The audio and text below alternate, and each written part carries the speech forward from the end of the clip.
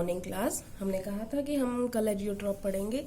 हमने कल non ideal solution with positive deviation और नेगेटिव डेविएशन कर लिया था, तो उसमें एक टर्म आई थी एजियोट्रॉप। तो क्या होता है एजियोट्रॉप?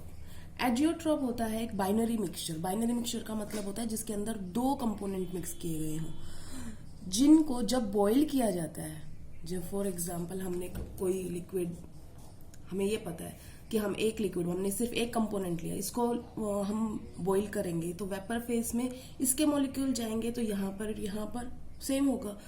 और जब हम दूसरा कंपोनेंट करेंगे उसमें भी क्योंकि प्योर स्टेट लिए हमने दोनों सेम आएंगे। लेकिन जब हम किसी ऐसी चीज को जिनके बॉइलिंग पॉइंट्स अलग हैं, फॉर एग्जाम्पल हमने मान लो इथेनॉल और वाटर को ही लिया, पहले शुरुआत में जैसे हमें शुगर फर्मेंटेशन करके हमें जो इथेनॉल मिलता है वो लिया और हम उन दोनों को सेपरेट करना चाह रहे हैं, तो कुछ लेवल तक हम अलग पर कर पाएंगे, लेकिन उसके बाद हम नहीं कर पाएंगे। कब तक कर पाएंगे? मान लो फॉर एग्जांपल हमारे पास 100% मिक्सचर था उसका और हम उसको बॉईल करते रहे, तो इथेनॉल और वाटर का 95% पे आके, जब वो इथेनॉल 95% मतलब उसमें 95 इथेनॉल रहेगा और 5% जब वाटर बच जाएगा, उसके बाद इन दोनों को सेपरेट करना मुश्किल हो जाता है। क्यों हो जाता है? मान लो कंपोनेंट 1 है इथेनॉल, कंपोनेंट 2 है वाटर। अब उन दोनों की इतनी गहरी दोस्ती हो गई है कि अब जब वो बॉईल होते हैं और वेपर फेज में जाते हैं तो ये दोनों ही जाएंगे। इसका मतलब अकेला एक मॉलिक्यूल नहीं जाएगा कि वाटर चला गया या इथेनॉल चला गया, दोनों साथ जाएंगे। तो इसका मतलब जो कंपोजिशन यहाँ पे रह रही है, ठीक है ना, जो रह रही है वही यहाँ पर रहेगी। इसका मतलब लिक्विड में जो कंपोजिशन है कितनी परसेंटेज है वही ऊपर रहेगी, क्योंकि इक्वल अमाउंट में जा रहा है ना। जितना यहाँ से एक मॉलिक्यूल उठा, जैसे फॉर एग्जांपल आपका दोस्त है, पहले तो आप अलग अलग घर में रह रहे थे, फिर दोनों को साथ में एक घर में रखना शुरू कर दिया, तो जब आप निकल रहे हो तो हमेशा साथ रख रहे हो, पानी पीने जा रहे हो तो साथ जा रहे हो, आप खाना खा रहे हो तो साथ खा रहे हो। तो ये क्या हो गया, इतनी ज्यादा बॉन्डिंग है इनकी कि इस लेवल पे आके इन दोनों को सेपरेट करना बहुत मुश्किल हो जाता है।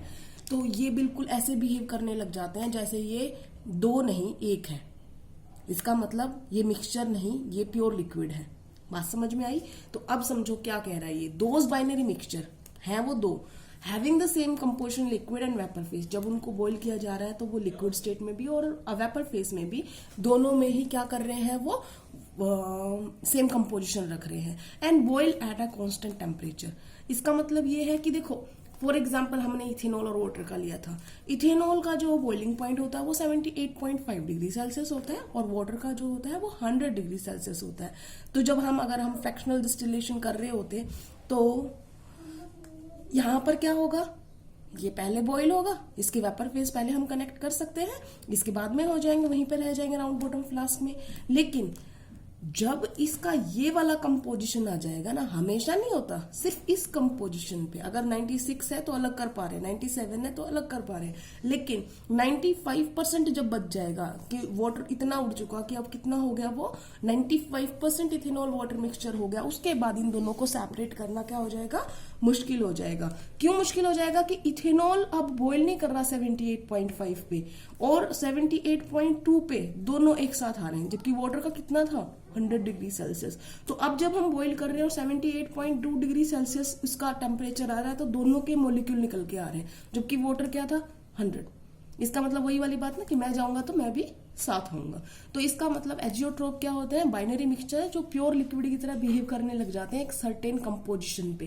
क्योंकि मैंने बोला सर्टेन मतलब 95%। इसका जरूरी नहीं कि 97 पे आप सेपरेट नहीं कर, आप कर पा रहे हो, उसमें वाटर अलग हो रहा है, इथेनॉल अलग हो रहा है, लेकिन 95% जब बच जाएगा ये, तब आप इसको सेपरेट नहीं कर पाओगे। ठीक है, तो not possible to separate their components by fractional distillation. हम फ्रैक्शनल डिस्टिलेशन से उनके कंपोनेंट को सेपरेट नहीं कर पाएंगे। दो टाइप्स होती हैं इसकी, मिनिमम बॉइलिंग पॉइंट एजियोट्रोप और मैक्सिमम बॉइलिंग एजियोट्रोप। ये कल आया था आपके। मिनिमम वाला वो होता है जिसको पॉजिटिव डेविएशन वाले दिखाते हैं, मैक्सिमम बॉइलिंग पॉइंट एजियोट्रोप जो होते हैं वो नेगेटिव डेविएशन वाले दिखाते हैं। ठीक है, अब बात करते हैं इनके एग्जाम्पल की। ये वाला तो मैंने बता ही दिया कि 95% इथेनॉल और वाटर जो मिक्सचर था वो पॉजिटिव डेविएशन दिखाता है और मिनिमम बॉइलिंग पॉइंट एजियोट्रोप बनाता है। तो आप देखो मिनिमम बॉइलिंग पॉइंट, तो मतलब मिनिमम मतलब कम। देखो इथेनॉल कितने पे बॉईल हो रहा था 78.5 पे, वाटर कितने पे हो रहा था, 100 पे। इन दोनों से कम कितना है, 78.2। इसका मतलब इन दोनों से क्या हो गया, कम चला गया ना उसका, इसलिए बोल रहे हैं मिनिमम बॉइलिंग पॉइंट एजियोट्रॉप। ये कल आपको बताया था कि पॉजिटिव डेविएशन में क्या होता है, किस वजह से, क्योंकि उनका वेपर प्रेशर बढ़ गया, ठीक है ना। तो वेपर प्रेशर बढ़ गया है, तो फॉर एग्जांपल हमने ये माना था कि इथेनॉल इतने से इतने में जाएगा तो वेपर फेज में आएगा। अब वो क्या हो गया, दोनों का वेपर प्रेशर मिक्सचर का कितना बढ़ गया, ऊपर बढ़ गया, तो उनको क्या लगेगा, थोड़ा टेम्परेचर लगेगा ऊपर तक पहुंचने में। तो वो 78.2 डिग्री सेल्सियस इन दोनों से कम है, तो ये मिनिमम बॉइलिंग एजियोट्रॉप बना रहा है। मैक्सिमम बॉइलिंग का एग्जाम्पल देखो, हमने HNO3 और वाटर मिक्स किया, और जो एक मैंने बोला ना कि ये हर एक कंपोजिशन पे नहीं होता, किसी पर्टिकुलर कंपोजिशन पे आके ये दोनों मिल जाते हैं तब एजियोट्रॉप बन जाता है।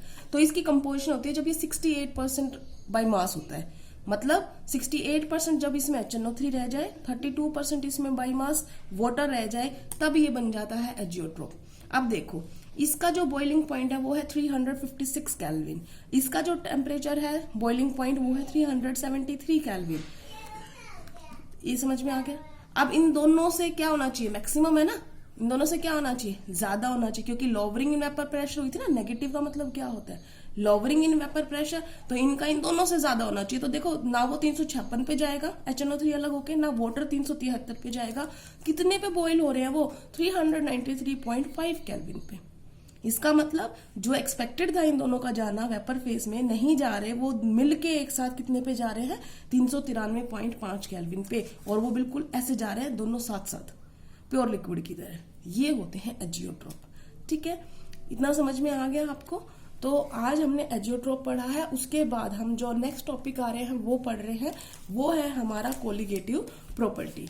तो कोलिगेटिव प्रॉपर्टी क्या होती है बेटा, बहुत इंपॉर्टेंट टॉपिक है इस चैप्टर का। इसमें या तो इसकी डेफिनेशंस आती हैं या न्यूमेरिकल्स आते हैं, तो इसको ध्यान से पढ़ना है आपने। कोलिगेटिव प्रॉपर्टी क्या होती है, वो प्रॉपर्टी सॉल्यूशन की जो इस बात पे डिपेंड करे कि सोल्यूट कितने नंबर है, ठीक है ना। इसका मतलब उसके अमाउंट ऑफ सोल्यूट पे बात करे, इस बात पे डिपेंड ना करे कि वो सोल्यूट क्या है। इसका मतलब उसके नेचर पे डिपेंड नहीं करना। फॉर एग्जाम्पल, आपका 1 मोलर सॉल्यूशन शुगर है और 1 मोलर ही आपका यूरिया सॉल्यूशन है। अब इसका मतलब दोनों ही 1 मोल 1 लीटर में घोले गए हैं, तो दोनों ही केस में कोलिगेटिव प्रॉपर्टीज की वैल्यू सेम आएगी। चाहे आपका नेचर अलग हो गया हो, एक चीनी है एक यूरिया है, दोनों अलग हैं, लेकिन उनकी जो प्रॉपर्टीज आएंगी सेम आएगी। इसका मतलब कोलिगेटिव प्रॉपर्टीज क्या होती हैं, those properties which depend upon the number of solute particles, not upon the nature, ठीक है ना। उनके नेचर पे डिपेंड नहीं करती है, उनके नंबर पे, उनके अमाउंट पे डिपेंड करती है। 4 टाइप की प्रॉपर्टी होती है, relative lowering in vapour pressure, RLVP जिसे बोलते हैं, elevation of boiling point, depression in freezing point and osmotic pressure. ये इनके सिंबल लिख रखे हैं हर एक के यहाँ पर। अब RLVP था वो आपने पहले ही कर चुके हो ना RLVP, मैंने पहले ही करा दिया था आपको जब नॉन वोलेटाइल सोल्यूट को डाला गया था। तो उसका एक्सप्रेशन क्या आया था, अगर आपको याद हो। सबसे पहले तो RLVP था क्या, जब आपने कोई नॉन वोलेटाइल सोल्यूट लिक्विड में डाला तो वेपर प्रेशर क्या हो गया, कम हो गया, तो क्या हुई थी, लोवरिंग। क्या हुई थी, लोवरिंग। P0 इसका मतलब सॉल्वेंट का प्रेशर, PS इसका मतलब सॉल्यूशन का वेपर प्रेशर, वो क्या था, सॉल्यूशन का कम हो गया था ना, तो ये तो है लोवरिंग। और रिलेटिव करने के लिए हम इसको डिवाइड कर देंगे किससे, P0 से, तो ये होती है रिलेटिव लोवरिंग। इसको बोल रहे हैं हम relative lowering of vapour pressure, RLVP, ठीक है ना। और ये कितने के बराबर आया था, P0 माइनस PS बटे में P0, ये बराबर आया था मोल फ्रैक्शन ऑफ सोल्यूट के, अगर आपको याद हो, ठीक है ना। तो हमने सोल्यूट को मान लिया, हमने X2 नंबर पे माना था मान लो। तो अगर सोल्यूट को हम लिखें तो यहाँ पे हम लिख लेते हैं, ये सारी चीजें वैसे मैंने पहले करवा रखी हैं आपको। ये है vapour pressure of solvent, PS है वेपर प्रेशर ऑफ सॉल्यूशन, ये दोनों तो आ गई। ये जो आया है ये है मोल फ्रैक्शन ऑफ सोल्यूट। तो अब देखो हमारी डेफिनेशन क्या है, ये है ना colligative property RLVP, that depends upon the mass of solute, mole fraction, क्योंकि इसमें मोल्स पे डिपेंड कर रहा है, ये इसका अमाउंट पे डिपेंड कर रहा है, ये डिपेंड नहीं कर रहा कि चीनी है कि यूरिया है कि कुछ और है, ठीक है ना। इसका मतलब इसके अमाउंट ऑफ सोल्यूट पे डिपेंड कर रहा है। अब क्या कर रहे हैं, हम इसको ओपन करके लिख लेते हैं। अब इसको मोल फ्रैक्शन का फॉर्मूला क्या होता है, N2, और टोटल कितने थे, 2 कंपोनेंट थे हमारे पास, एक सोल्वेंट और एक सोल्यूट, तो हमने ये करके लिख दिया। अब क्या करते हैं, इसमें लिख लेते हैं हमने क्या क्या लिखा है। N1 जो है number of moles of solvent and N2 is equal to number of moles of solute, ठीक है। ये 2 टर्म आई हैं। हम ये मान लेते हैं कि जो सॉल्यूशन है वो बहुत डाइल्यूट है, फॉर वेरी डाइल्यूट, किसी इक्वेशन 1 मान लेते हैं इसको, फॉर वेरी डाइल्यूट सॉल्यूशन जो N2 की वैल्यू होगी। डाइल्यूट सॉल्यूशन का मतलब क्या है, उसके मास ऑफ जो सोल्यूट है वो बहुत कम मात्रा में घोला गया है, तो नंबर ऑफ मोल्स बहुत कम होंगे, किसके कंपैरिजन में, N1 के कंपैरिजन में। तो हम N1 के कंपैरिजन में इस टर्म को क्या कर सकते हैं, कैंसिल कर सकते हैं, तो हमारा आ गया P0 minus PS P0 N2 over N1, ठीक है। इसको भी हम, ये तो हो गया मेन जो हमारा है, लेकिन मोस्टली जैसे मोलर मास कैलकुलेशन के लिए इस्तेमाल किए जाते हैं न्यूमेरिकल, तो उसमें मोलर मास वाला कैसे निकालेंगे आपको पता है, किसी का नंबर ऑफ मोल्स निकालते हैं तो कैसे निकालते हैं, जो मास दिया गया है बटे में उसका मोलर मास। तो इसको और अगर मैं एक्सपेंड करना चाहूं तो क्या लिखूंगी, P0 माइनस PS बटे में P0 is equal to N2 को क्या लिख सकते हैं हम, कि कितना मास गिवन है बटे में उसका मोलर मास, इसको कितना मास गिवन है और कितना उसका है मोलर मास। इस डेरिवेशन को हम यूज कर सकते हैं for calculation of molar masses. इतना समझ में आ गया।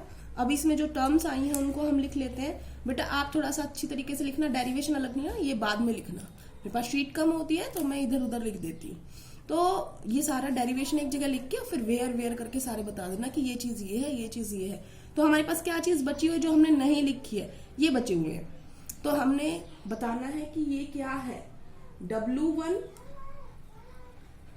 एंड W2, ये क्या है, मासेस ऑफ, गिवन मास दिया होगा ना हमें, mass of solvent and solute, और M1 एंड M2 क्या है, molar masses, molar masses of solvent and solute, ठीक है।